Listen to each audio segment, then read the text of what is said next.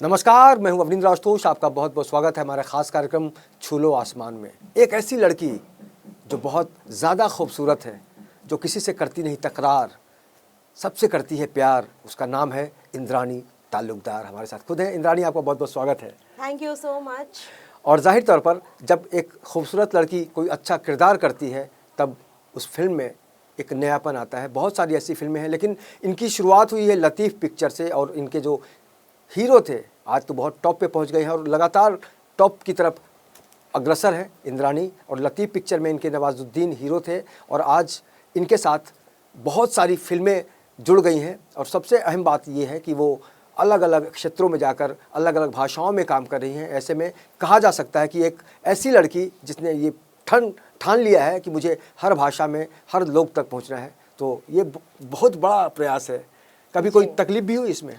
नहीं, तकलीफ तो कुछ नहीं हुआ, क्योंकि मैं बाय हार्ट कर लेती हूँ। कोई भी स्क्रिप्ट आती है, तेलुगु का हुआ या मगही का हुआ, भोजपुरी की हुई या फिर कोई भी लैंग्वेजेस की हुई। आसामीज तो खैर, आसामीज भी मैंने काफ़ी सारी फिल्में की है अभी। वहाँ टॉप की मॉडल भी हैं आप। हाँ जी। देन तो बाय हार्ट अगर हो जाता है, उसके बाद हम एक्सेंट सीख लेते हैं, तो आई डोंट थिंक सो कि कोई भी प्रॉब्लम होती है, क्योंकि जनरली मतलब साउथ की फिल्मों के अलावा बाकी फिल्मों में डबिंग मैं खुद ही करती हूँ, तो एज सच कोई भी प्रॉब्लम नहीं हुई अभी तक। पिछले दिनों बिहार के गांवों में लोग आपकी जय जयकार कर रहे थे कि एक ऐसी लड़की जो बघी बोल रही है। जी जी। तो वो कैसा एक्सपीरियंस रहा? वो एक्सपीरियंस तो बहुत ज़्यादा ख़ास था। मतलब मैं जब बिहार में गई हुई थी प्रमोशन के लिए, जब मेरी फिल्म रिलीज़ हो रही थी, जो मैंने पागलपन देखा लोगों में, that was like mind blowing. बहुत ही अच्छा लगा। एक आर्टिस्ट के लिए उससे ज़्यादा मतलब सेल्फ सेटिस्फेक्शन की बात और कुछ नहीं हो सकती है। मतलब हॉल में जा रहे थे, इतना मतलब लोगों की भीड़ भाड़, मतलब इतना अच्छा लग रहा था वहाँ पे, मतलब बहुत ही अच्छा लग रहा था। एक्सप्रेस नहीं कर सकती हूँ मैं। इंद्राणी एक बहुत लंबे समय से एक फिल्म कर रही थी जो अभी बिल्कुल कंप्लीट है, कुछ ही दिनों में रिलीज होने वाली है। आपको नहीं लगता कि वाकई छपाक पहले आ गई? छपाक आ गई है।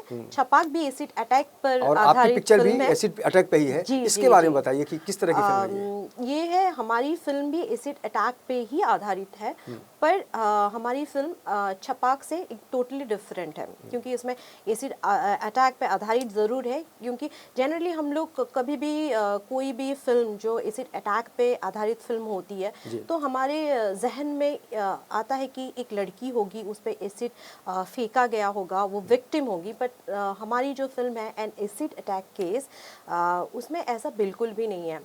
हमारी फिल्म में जो विक्टिम है वो एक लड़का है। और इस फिल्म में मेरा जो किरदार है, एक ऐसी बहू का किरदार है। She has been victim of domestic violence. जैसे हम लोग देखते हैं कि कई स्टेट हैं हमारे इंडिया में, जैसे कि हरियाणा, पंजाब, इनफैक्ट बहुत से राजस्थान, इनफैक्ट हर जगह, इनफैक्ट मैं तो कहूँगी कि हर जगह है जहाँ पे लड़कियों को अपने घर पे भी, लड़कियों को अपने घर पे भी उतनी फ्रीडम नहीं मिलती है। माँ बाप की बातें सुनती है, जो माँ बाप कहते हैं। मैं नहीं बोलती माँ बाप की बात नहीं सुननी चाहिए, माँ बाप जो थोपते हैं उनके ऊपर, वो लोग वही हर चीज़ को एडजस्ट करते हैं, हर चीज़ को सुनते हैं। माँ बाप उनके लिए लड़का ढूंढ के देते हैं, उसी से वो शादी करते हैं। और शादी के बाद भी शायद उन लोग की इन लॉज भी उनके ऊपर अत्याचार करते हैं, उनका हस्बैंड भी करते हैं, अत्याचार करता है। प्यार मोहब्बत नाम की तो कोई चीज़ होती नहीं है।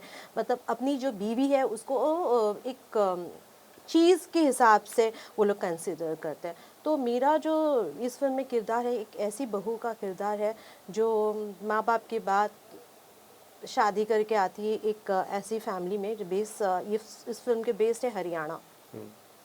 दिन भर सास की गालियाँ खाती है, ताने सुनती है, उसके बाद पति तो खाने को मिलता है। पति की गालियाँ खाती है। फिर हर तरीके की, फिजिकली भी हो, मेंटली भी हो, हर तरीके की एक्सप्लॉयटेशन की शिकार बनती है। इंद्राणी, अक्सर हमने देखा कि औरतों का शोषण होता है, उसको टारगेट किया जाता है। आपको नहीं लगता कि कुछ ऐसे भी पुरुष हैं, जिस तरह से आपकी फिल्म में विक्टिम लड़का है, तो आपको नहीं लगता कि रियल लाइफ में भी कुछ ऐसी घटनाएं होती हैं जिससे मर्द बहुत आहत होते हैं? हाँ, होता है, बट जनरली जो सिनेरियो है, जैसे कि जितने औरतों के साथ अत्याचार होता है वो मर्दों के साथ उतना नहीं हो पाता है, फिर भी होता है, हर जगह पे होता ही है, इसमें लड़कों के साथ भी होता है कहीं ना कहीं। बट हम लोगों की फिल्म में ये मुद्दा वो नहीं है कि लड़के के ऊपर अत्याचार हुआ है, बट ज़्यादा नहीं बोल सकती हूँ कि it's a totally thriller film है, सस्पेंस फिल्म है, तो ज़्यादा तो नहीं बोल सकती हूँ। बट जो है कि लड़कियों के ऊपर हर तरीके के साथ अत्याचार तो होती है, या फिर एसिड अटैक केस हो, या फिर रेप हो, या डोमेस्टिक वायलेंस हो, हर तरीके की लड़कियों को फेस करना पड़ता है। आप अपनी सुरक्षा के लिए कितना मतलब चौकन्नी रहती हैं कि कोई मेरे सामने आएगा तो मैं क्या करेंगी आप अचानक अगर इस तरह मैं का कोई... अपनी फिल्म का एक जो हम लोगों की फिल्म की what is the moral of the story, moral of the story ये है कि लड़कियां कमजोर नहीं होती है, बिल्कुल नहीं नारी होती। शक्ति बहुत बड़ी एक शक्ति होती है, जिन नारी के अंदर इतनी शक्ति होती है जो पुरुष को जन्म देती है, हमारी माँ है जो एक बच्चे को जन्म देती है, तो वो कमजोर कैसे हो सकती है। हाँ, उसमें जो नारी के अंदर एक कहते हैं ना सहनशीलता, टॉलरेंस का एक क्वालिटी है, बट उसका मतलब ये नहीं है कि जो लड़की है, जो नारी है, वो कमज़ोर है। किसी भी मायने में पुरुष से लड़कियां कमज़ोर नहीं होती। बिल्कुल कमज़ोर होने की बात नहीं है, लेकिन आज महिलाओं को जिस तरह से देखा जा रहा है, जिस तरह से उनके साथ समाज व्यवहार कर रहा है, लगातार छोटी बच्चियां अपने घरों में सुरक्षित नहीं हैं, तब एक कलाकार के तौर पर क्या सोचती हैं आप? मुझे बहुत दुख होता है जो छोटी छोटी बच्चियों का रेप होता है, कहीं पे भी लड़कियां सुरक्षित नहीं है। डेट बिकॉज कि लड़कियां फिजिकली इतनी ज़्यादा स्ट्रांग नहीं है, लड़कों जैसा स्ट्रांग नहीं है, और जो रेप केसेस भी होते हैं, एक लड़की को 10-10 लड़के आके पकड़ेंगे तो फिर कहाँ से वो स्ट्रेंथ दिखाएंगी। तो मुझे बहुत दुख होता है। इनफैक्ट बाहर की बात तो आप छोड़ ही दो, घर पे भी एक लड़की सुरक्षित नहीं है, अपने रिलेटिव्स के बीच में भी एक लड़की सुरक्षित नहीं है।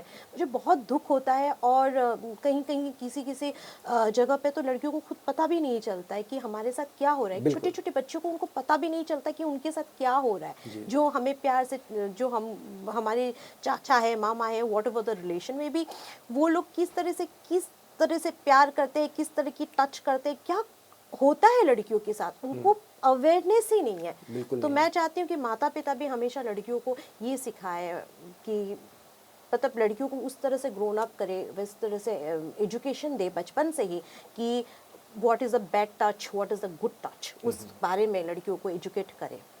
आपको नहीं लगता कि वाकई आने वाले दिनों में आप कुछ इस तरह का किरदार करना चाहेंगी जो महिला शोषण से जुड़ा हुआ हो? मैं हर तरीके की किरदार करना चाहूँगी, और ये तो चीज़ें हैं कि महिला शोषण से जुड़ा हुआ किरदार ऑफ कोर्स मैं करना चाहूँगी। और बताइए कि किस तरह के ऐसे किरदार हैं जिनको आप करना चाहेंगी, और कौन ऐसे डायरेक्टर हैं जिनके साथ काम करने की ख्वाहिश अभी भी है? ऐसे तो बहुत सारे डायरेक्टर हैं। लाइक मैं फिल्म इंडस्ट्री में आई थी यश चोपड़ा जी के साथ काम करने का सपना लेके, पर अनफॉर्चुनेटली अब वो नहीं रहे। बट मैं चाहती हूँ यश राज प्रोडक्शन में मैं काम करूँ, संजय लीला बंसाली जी है, उनके साथ मैं काम करूँ।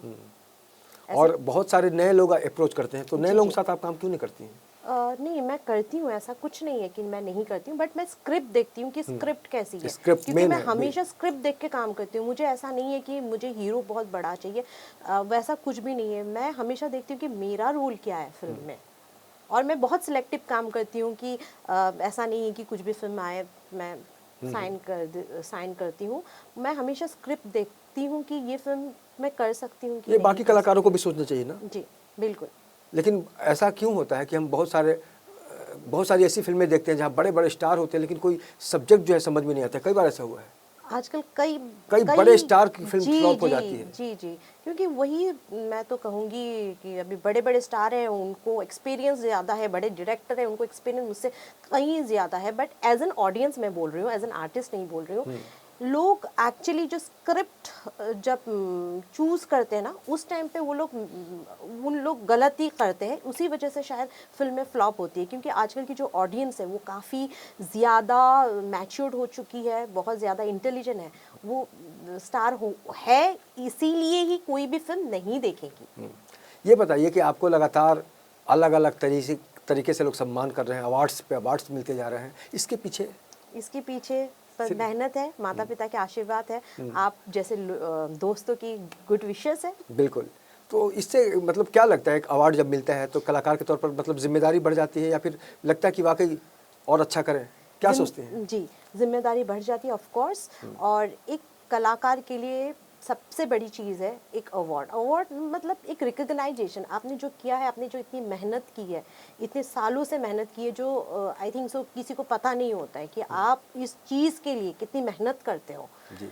तो एक अगर हमें अवार्ड मिलता है तो हमें लगता है कि रिकग्नाइज, हमें हमारे काम को रिकग्नाइज किया गया, तो बहुत ही अच्छा लगता है, बहुत ही सेटिस्फेक्शन मिलती है इस बात से। एक एक्टर को किन किन चीज़ों से परहेज करना होता है? आप आम आदमी के बीच जा नहीं सकती, आप बहुत जगह बहुत कुछ ऐसा लगता होगा कि मुझे बोलना चाहिए, देश में जो भी स्थितियाँ चल जी। रही हैं, क्या लगता है आपको कि आप उसमें कहाँ हैं? नहीं, मैं तो बोलती हूँ जो मुझे सही लगता है, क्योंकि we are living in a democracy, freedom of speech है, तो मैं देश की मुद्दों में बोलती हूँ। जो मुझे मुझे लगता है कि ये सही है तो मैं बोलूँगी, जो गलत है मैं नहीं बोलती हूँ, उसमें मैं पढ़ती नहीं हूँ।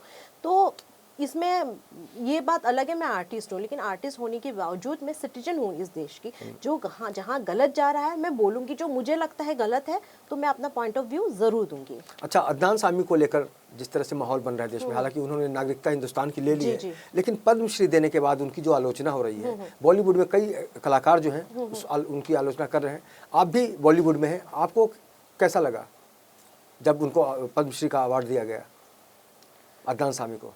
उनको उनकी टैलेंट के लिए दिया गया है, उन्होंने जो कंट्रीब्यूशन दिया है इंडियन सिनेमा में, उसकी वजह से उनको दिया गया है। But at the same time मैं कहूँगी बहुत से ऐसे लोग हैं बॉलीवुड में जिनकी कंट्रीब्यूशन शायद अदनान सामी से कहीं ज़्यादा है, उनको भी मिलना चाहिए।